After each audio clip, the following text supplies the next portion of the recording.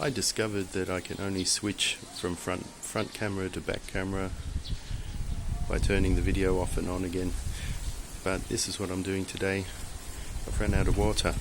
Can't go to the tap here. So this is what I'm going to buy.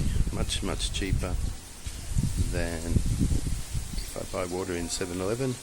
This costs the princely sum of 35 pesos, which is about 70 US cents. Something like that. Alright, I'm just going to put my hat on and go and buy something and have a little bit of a ramble as I walk.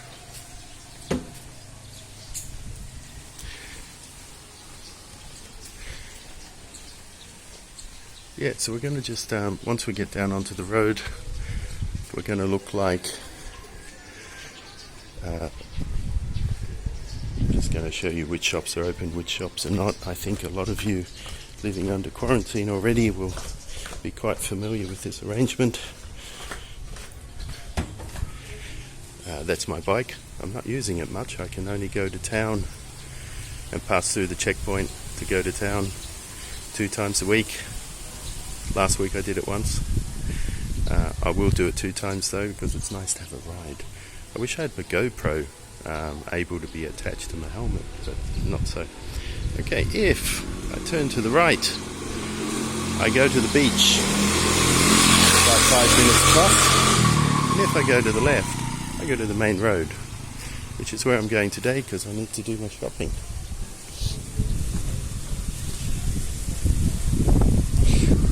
I'm not going to walk too far today. I'm not going to go up the hill. Hopefully I won't puff as much as yesterday. The water place is quite close, and there's about 3 of them in this village area. There's lots of groceries open as well, little groceries. There's no central market as such. I think the village is just a bit too small for that. For about a week, bananas disappeared. I'm going to go across the road. So you can see we've got like a mini market. There's actually lots of produce. Bananas are back. It's great. Jenny makes really good banana pancakes. Across the road is a supermarket and a department store up top, which is officially closed. It's different. Right, so they're getting a bit tricky on that. Good morning. No quarantine pass, no entry. Yeah, so I don't need to show my quarantine. Next time. I will, but I'll come in next time, not right now. This is important. Yeah. No worries, ladies. Okay, I don't know if the barber is actually doing cutting hair or not. I heard that's a big issue for some people, even though we can't go out anywhere.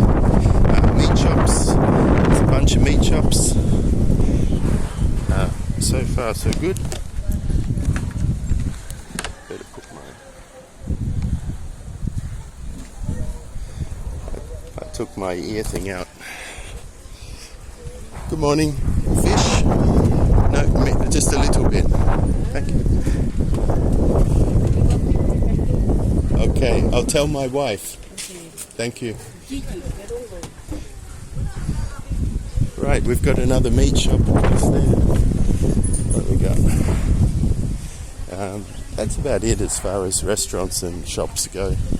A little bit further on, about maybe 100 meters, is where the curfew point is at 8 p.m. at night. They actually set up a curfew and you can't pass out of the village. Even if you have a quarantine pass. Not going to work.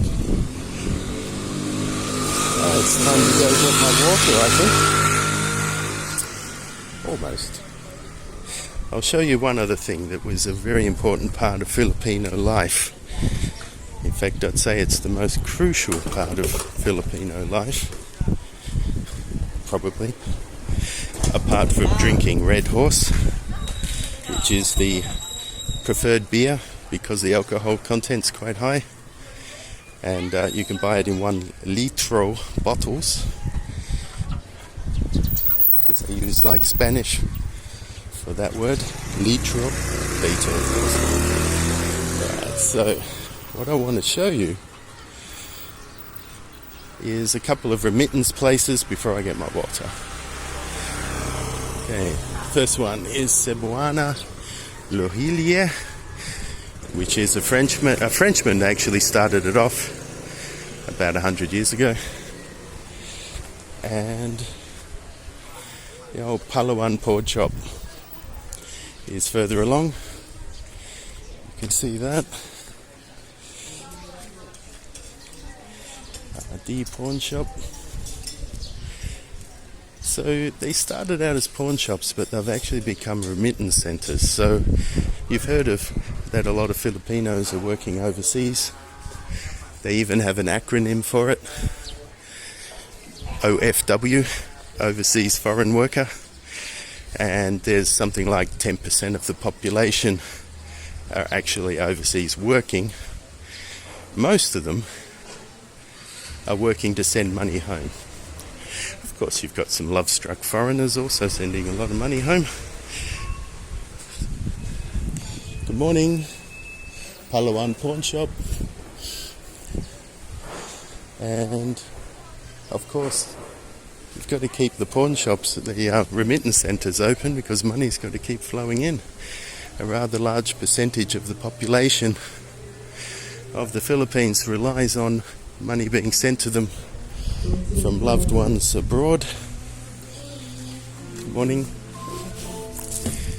And as you can see, bars, restaurants, more or less closed. Parata is a bit of an expat hangout. I've yet to go there because lockdown happened about 1 week after I came. There's a laundry, there's shops. The shops are pretty well stocked. And I'm going to go and get my water now. I said I would before. Some of the restaurants are actually open, but takeaway only. So you'll see that when you walk up there, their tables and chairs are stacked up because people will come and check. And where are we now? Yeah, so curfew, 8 p.m, 5 a.m. to until 5 a.m, 8 p.m. at night. You've got everyone supposed to be back home, and no one on the street whatsoever, no one leaving the village whatsoever. It's a bit of an eerie feeling, like that. There's actually a little bit of life around at the moment, which is nice. Now you can imagine when the boats are running and the tourists are coming, that this place is, you can imagine this place full. Lots of traffic kicking up dust, jeepneys with their diesel, and so that's one good thing. Good morning. Hello. Right. So here we go. Get out my new water. We'll be able to drink soon. I have to get changed today.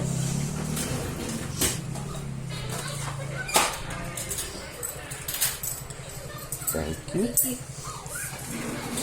See you next time. Alright. Okay, so I've got my water. Here it is. Full.